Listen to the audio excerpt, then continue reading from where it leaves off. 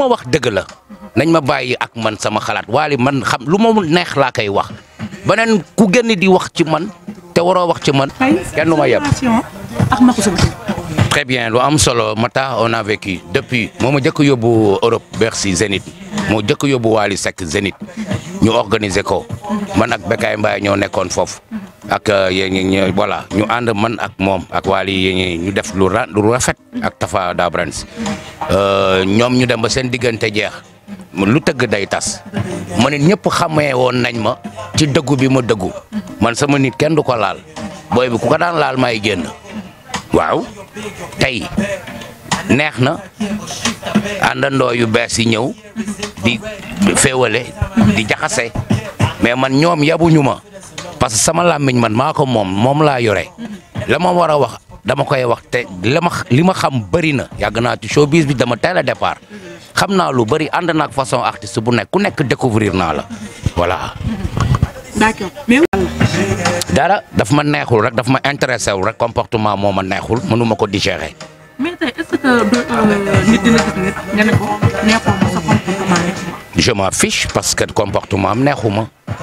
loolu moo ma dal nii dama dem ba man Wally neexatuma intéressé tuma Wally Seck intéressé tuma neexatuma voilà. doon jéego ànd ak Omaro ànd ak tamit ki nga xamante ne yàlla tere man bokkuma ak ñi man lébu laa lu mu tourné na tourné ci àddunaam man fu ma jéggi dem naa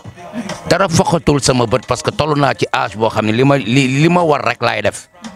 àdduna du neex ba ma rejoindre leen parce que intéressé tuñ man safatuñ ma gis leen a gis sama butit laa yamale seen soirée sax damatuma fa parce que gars mais oui man damay dem Vogue à cause de Papito wala Kara mais du ñoom ñoo ma fa yóbbu te soirée dañ may gis ni ñoom ñëpp dañ may gis buñ ma tuddul soxlawuma sax ñu tudd ma mais la ma fa indi moo ma fa indi désormais soxlatuma dem seen soirée wala taxaw seen soirée parce que intéressé tuñ ma soxlatuma leen bëggatuma leen je les détesté voilà. Don Diego dañ koy tëjee li nga xamante ne gannaaw ba nga jógee 2S jamono ji gis nañ la ci benn chaîne télé nga fay def benn émission bu Leral Show gis nga voilà ñëpp bëgg ko tey Don Diego sa dem ci benn télé bi lan la apporté beaucoup de choses visibilité beaucoup d'expérience ouverture surtout parce que télé boobu bi ma feebaree ñoo ma faj te télé bale boo feebaree duñ la faj duñ la lijjanti sax amuñu yitte man télé bii ma nekk am nañu yitte di remercier le PDG Dame Dieng Birahim Touré madame Touré la famille di nuyu ñëpp ñu fa nekk parce que télé bu am avenir la aussi mu nekk télé bu jullite télé bu raxul dara benn lobby bokku ci voilà. mais aussi souvent dañuy dégg nga wax naan bokkoo ci benn lobby te lan moo waral à chaque fois ngay indi wax jooju noonu. waaw parce que lobby yi dafa bare. li ma bëgg a prouver nit ñi lobby y a beaucoup de choses. lobby c'est pas que lobby góor jigéen rek moo fi ne lobby yi bare na ci dëkk bi bare na ci àdduna bi xam nga li ma la wax mais daf ci am lobby yoo xam ni c'est à dénoncer dañ leen war a dénoncer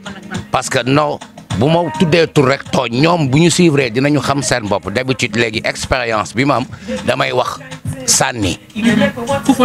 ku for yaa ko moom te li may wax ñoom xam nañ ko et que ñiy seetaan dinañu xam ñi bëgg xam dinañu xam parce que corruption bi benn bare na fi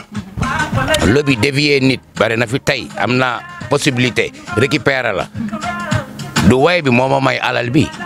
alal bi jékki-jékki rek ñëw ci man ñun mais il se pose la question Don Diego fan la jëlee alal bi parce que c'est des lobbies yi lay financé am na lobby franc-maçon am na lobby homosexuel am na lobby green am na lobby malfaiteur am na lobby mafia y a beaucoup de lobby am na lobby sàcc oto am na lobby faux billet y a beaucoup de lobby et que toujours na nit ñi delloowaat seen xel c'est pas que dama lay may xaalis rek dama baax nañuy jàng nit ki ci xolam. wala nit ki day naan sàngara rek dafa bon nañu jàng nit ki parce que buur bi azza wa jalla day juger si xol